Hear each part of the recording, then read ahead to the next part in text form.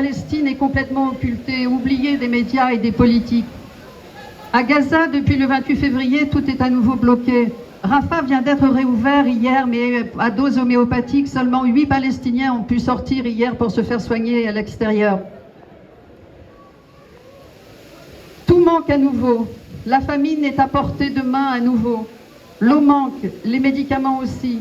Les malades et les blessés meurent faute de pouvoir sortir. L'aide humanitaire est bloquée. Des restrictions sévères sont imposées aux articles considérés par les autorités israéliennes comme étant à double usage. Par exemple, le bois, les outils de réparation des abris, le ciment, les équipements lourds destinés à déblayer les décombres, ainsi que de nombreuses fournitures médicales. Seuls environ 40% des centres de santé sont opérationnels et encore partiellement. Pour les Nations Unies, entraver l'aide humanitaire dans un contexte déjà catastrophique n'affecte pas tout le monde de la même façon. Ainsi, je cite, « Lorsque l'aide humanitaire est bloquée, les filles sont plus susceptibles de souffrir de la faim, de maladies et d'une interruption de leur scolarité.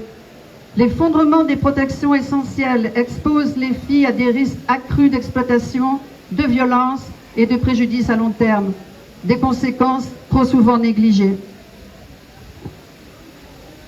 En Cisjordanie occupée, selon un nouveau rapport du Haut Commissariat aux droits de l'homme, de novembre 2024 à octobre 2025, les déplacements constituent une expulsion massive d'une ampleur inédite qui coïncide avec le déplacement massif de Gaza. Et il semble indiquer une politique israélienne concertée de transferts forcés massifs sur l'ensemble des territoires occupés, ce qui soulève des inquiétudes quant à un nettoyage ethnique. La colonisation, elle, se poursuit à marche forcée. 36 973 unités de logement dans les colonies de Jérusalem-Est, 27 200 dans le reste de la Cisjordanie. L'ONU déclare qu'Israël doit cesser immédiatement et complètement la création et l'expansion des colonies, évacuer tous les colons et mettre fin à l'occupation. La violence des colons est sans limite.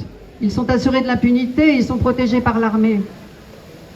Un couple de Palestiniens et 2 de leurs enfants, un homme de 37 ans, sa femme de 35 ans et leurs 2 garçons de 5 et 7 ans, ont été tués par des tirs de l'armée israélienne en Cisjordanie occupée, quand les soldats israéliens ont ouvert le feu sur une voiture à un barrage. Deux autres enfants qui étaient dans la voiture sont blessés. Depuis octobre 23, 1049 Palestiniens ont été assassinés en Cisjordanie.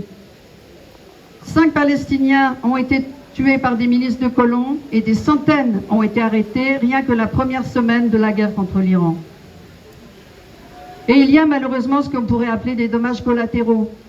4 femmes ont été tuées par l'interception d'un missile iranien au-dessus du village de Beth Awa en Cisjordanie occupée. Alors, victimes collatérales, mais pas que. Parce que du côté israélien, il y a des abris, il y a des sirènes, il y a des protections. En Cisjordanie, rien du tout. Pas de sirène, pas d'alerte, pas d'abri. Et une note personnelle. Je me souviens quand je vivais en Palestine dans les années 2003, donc c'était au moment de la guerre contre l'Irak en 2003, tous les personnels français de l'ambassade de France avaient droit à des masques. Les personnels palestiniens n'y avaient pas droit. C'est exactement la même logique.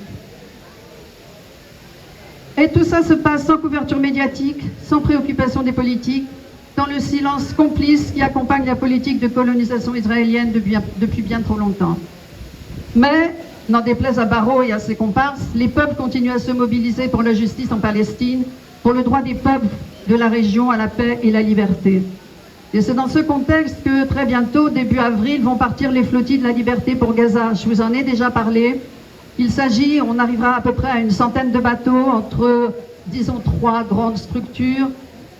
Les 1000 Madelines, la flottille de la liberté pour Gaza, Freedom Flotilla Coalition, dont fait partie la campagne française Flottille de la liberté que nous avons réactivée il y a maintenant 3 mois et qui, ma foi, est tout à fait active, qui a acquis 2 bateaux qui vont se joindre aux 1000 Madelines, justement, et qui sont en préparation dans le port de l'Estac à Marseille. Et puis une structure qui s'appelle Soumoud, qui est en train de récupérer autant de bateaux que possible.